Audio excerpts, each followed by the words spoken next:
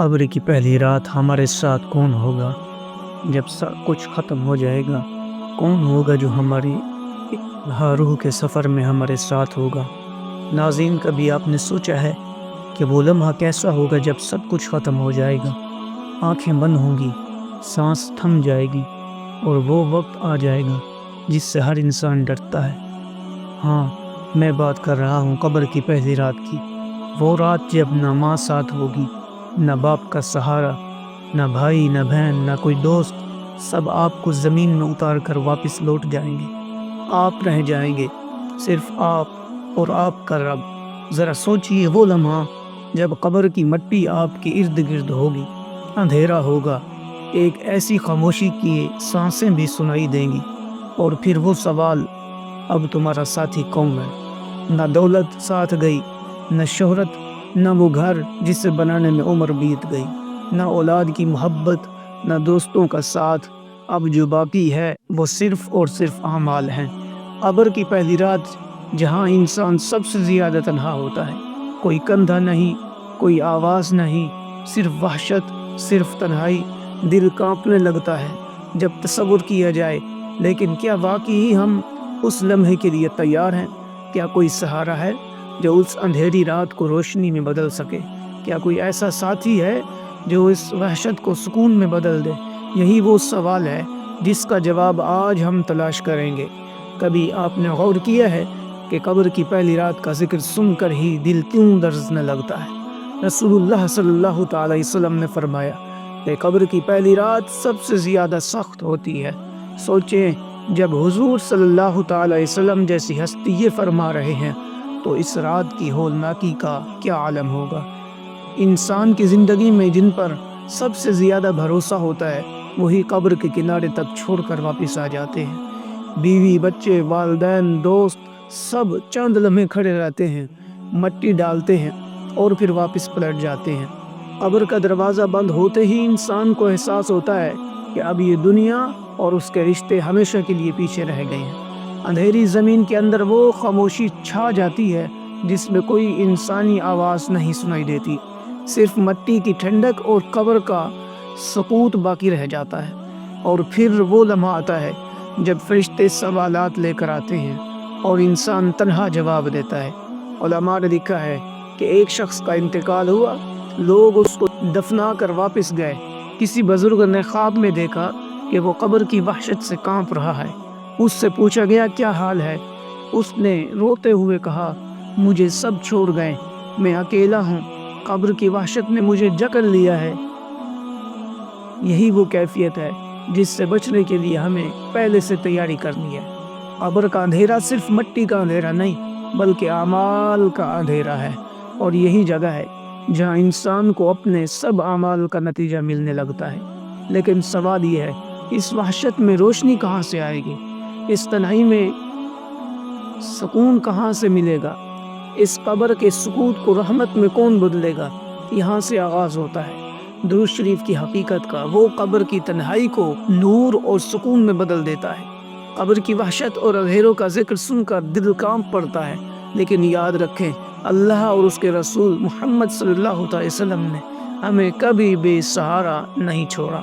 اس لیے قرآن پاک میں صاف الفاظ میں فرمایا گیا، ان اللہ وملائکتہ یصلون علی النبی یا ایھا الذین آمنوا صلوا علیہ وسلموا تسلیما۔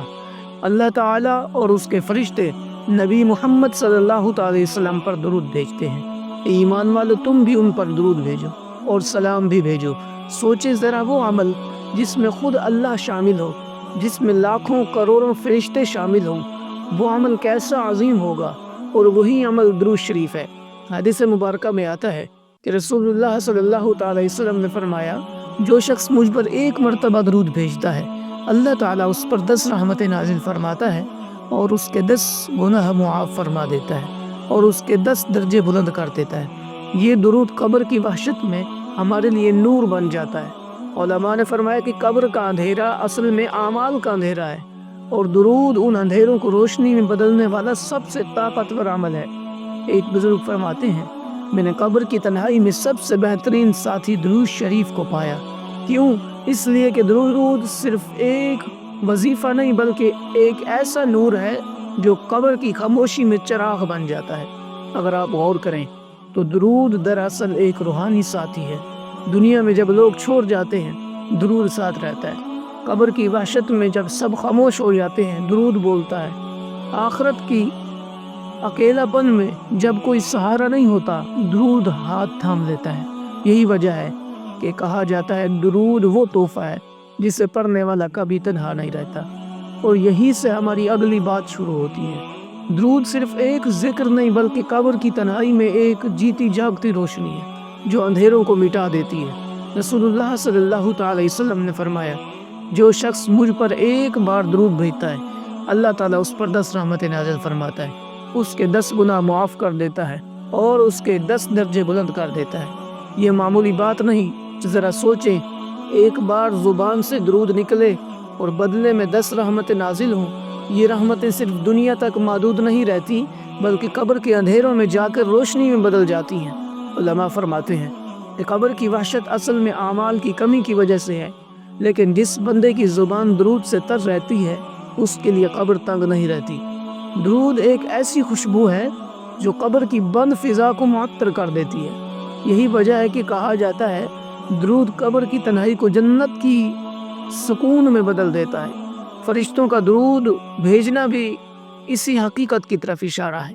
آپ صلی اللہ تعالی وسلم پر جب کوئی درود بھیجتا ہے تو لاکھوں کروڑوں فرشتے اس درود کو رسول اللہ صلی اللہ تعالی وسلم کی بارگاہ تک لے کر جاتے ہیں اور اس بندے کا نام پیش کرتے ہیں۔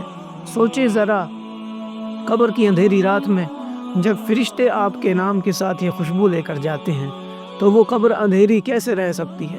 ایک مذہب کا واقعہ ہے کہ ایک شخص کا انتقال ہوا۔ ایک شاگرد نے اسے خواب میں دیکھا تو اس سے پوچھا، قبر میں کیا حال ہے؟ اس نے کہا، جب سب مجھے چھوڑ گئے اندھیرا چھا گیا، وحشت میں دل کو جکڑ لیا، لیکن اچانک ایک نور پھیل گیا۔ میں نے حیران ہو کر پوچھا، یہ روشنی کہاں سے آئی؟ تو مجھے بتایا گیا، یہ وہ درود ہے جو تم دنیا میں پڑھا کرتے تھے، وہی درود آج تیرے لیے چراغ بن گیا ہے۔ اس رات کوئی زبان کام نہیں کرے گی مگر اعمال بولیں گے۔ نماز کہے گی میں تیرے ساتھ ہوں، قرآن کہے گا میں تیرے لیے سفارش کروں گا، اور صدقہ کہے گا میں تیرے لیے ڈھال بنوں گا۔ یہ حقیقت کوئی کہانی نہیں بلکہ وہ پیغام ہے جس کی ضمانت خود نبی صلی اللہ تعالی وسلم نے دی ہے۔ درود وہ سہارا ہے جو قبر کے سوالات میں طاقت دیتا ہے، قبر کی اندھیری رات میں سیدھا راستہ بنتا ہے اور وحشت کو سکون میں بدل دیتا ہے۔ اور یہی وہ درجہ ہے جس کے بعد ہمیں سمجھنا ہوگا کہ درود صرف ایک ذکر نہیں بلکہ ہماری قبر کا نور اور آخرت کا سہارا ہے۔ ناظرین کرام، ایک اور حیرت انگیز راز سمجھ لیجیے۔ ہم سب دعائیں مانگتے ہیں، کوئی رزق کے لیے، کوئی صحت کے لیے، کوئی اولاد کے لیے، کوئی دشمنوں سے حفاظت کے لیے، لیکن کبھی سوچا ہے کہ اکثر دعائیں قبول کیوں نہیں ہوتی؟ رسول اللہ صلی اللہ تعالی وسلم نے ہمیں بتایا ہے کہ دعا آسمان اور زمین کے درمیان رکی رہتی ہے جب تک کہ نبی صلی اللہ تعالی وسلم پر درود نہ پڑھا جائے۔ یعنی درود ایک ایسی کنجی ہے جو دعا کے دروازے کو کھول دیتی ہے۔ اگر درود کے بغیر دعا کی جائے تو وہ اوپر نہیں جاتی، جس سے بغیر ڈاک ٹکٹ کے خط کبھی اپنی منزل تک نہیں پہنچتا۔ علماء کہتے ہیں دعا کے شروع میں بھی درود پڑھو اور آخر میں بھی، تاکہ وہ دعا اللہ کے حضور ایسے پہنچے جیسے ایک خوبصورت تحفہ، کیونکہ درود کی برکت سے دعا رد نہیں کی جاتی۔ ایک بزرگ کا قول ہے، جس نے اپنی دعا کو درود سے لپیٹ دیا اس نے اپنی دعا کو اللہ کے حضور سب سے حسین لباس پہنا دیا۔ کتنا پیارا تصور ہے۔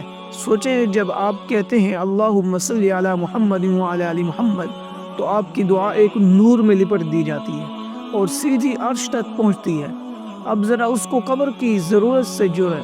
دنیا میں ہم حاجتیں مانگتے ہیں، روزی، صحت، عزت، لیکن قبر میں ہماری سب سے بڑی حاجت ہوگی سکون، روشنی اور معافی۔ اور وہی درود جو دنیا میں ہماری دعاؤں کو قبول کراتا رہا، وہی درود قبر میں ہمارے لیے روشنی بن کر ساتھ کھڑا ہوگا۔ یعنی دنیا کی حاجت بھی درود سے پوری ہوتی ہے اور قبر کی حاجت بھی درود سے۔ یہ وہ راز ہے جو اگر سمجھ میں آ جائے تو انسان کی زبان سے درود کا سلسلہ کبھی ختم نہ ہو۔ ناظرین کرام، ہم نے قبر کی وحشت کی بات کی، لیکن ذرا پلٹ کر آج کے دور پر بھی نظر ڈالیں۔ آج کا انسان بظاہر روشنیوں میں گھیرا ہے مگر دل اندھیروں میں ڈوبا ہوا ہے۔ دوستوں کی بھیڑ ہے مگر دل تنہا ہے۔ خوشیوں کی محفلیں ہیں لیکن دل میں سکون نہیں۔ آپ نے غور کیا، ہم جتنا زیادہ دنیا کی طرف بھاگتے ہیں اتنا ہی دل خالی ہوتا جاتا ہے، اور یہی خالی پن راتوں کو ہمیں سونے نہیں دیتا۔ ایک صوفی بزرگ نے فرمایا، دل کی بیماری کا علاج دنیا کی دوائیوں میں نہیں، یہ تو صرف ذکر محمد سے ٹھیک ہوتا ہے۔ یعنی درود صرف قبر کی روشنی نہیں، یہ دنیا کے دل کا سکون بھی ہے۔ جب دل پریشان ہو زبان پر درود لے آئیے، جب غم کاٹنے لگے درود پڑھنا شروع کیجیے، جب تنہائی میں آنکھیں بھر آئے درود کو اپنا سہارا بنا لیجیے۔ کتنے لوگ ہیں جو کہتے ہیں کہ ان کا دل ہمیشہ بے سکون رہتا ہے، لیکن جو درود کو اپنا معمول بنا لیتے ہیں وہ کہتے ہیں کہ دل میں عجیب سا اطمینان ہوتا رہتا ہے، جیسے ٹوٹا ہوا دل مرہم پا لیتا ہے، جیسے جلتی ہوئی روح دھندک محسوس کرنے لگتی ہے۔ دنیا کو آباد کرنا ہو تو درود کی محفل سجاؤ، کیونکہ یہ محفل زمین پر ہو کر بھی آسمان سے جڑتی ہے۔ تو یاد رکھیے، درود صرف آخرت کا سہارا نہیں بلکہ یہ آج کے دور کی تنہائی اور بے سکونی کا بھی علاج ہے۔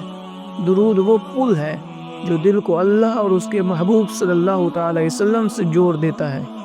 ناظرین کرام، یہ تھی قبر کی پہلی رات کی حقیقت اور درود السلام کی حقیقت۔ جو بندہ اس دنیا میں رہ کر درود السلام پڑھتا ہے، اللہ تعالیٰ کے آخری نبی محمد مصطفیٰ صلی اللہ تعالی علیہ وسلم سے محبت کرتا ہے، تو اللہ تعالیٰ اس کو کتنی محبتوں سے نوازتا ہے، اللہ تعالیٰ اس پر کتنا کرم فرماتا ہے، اپنی فضل رحمت فرماتا ہے۔ دعا ہے اللہ تعالیٰ ہمیں قبر کے عذاب سے محفوظ فرمائے، اللہ ہمیں دنیا میں سب سے زیادہ درود پڑھنے کی توفیق دے، اللہ ہمیں سیدھے راستے پر چلنے کی توفیق دے۔ اس ویڈیو کو صدقہ جاریہ سمجھ کے آگے شیئر کریں۔ السلام علیکم۔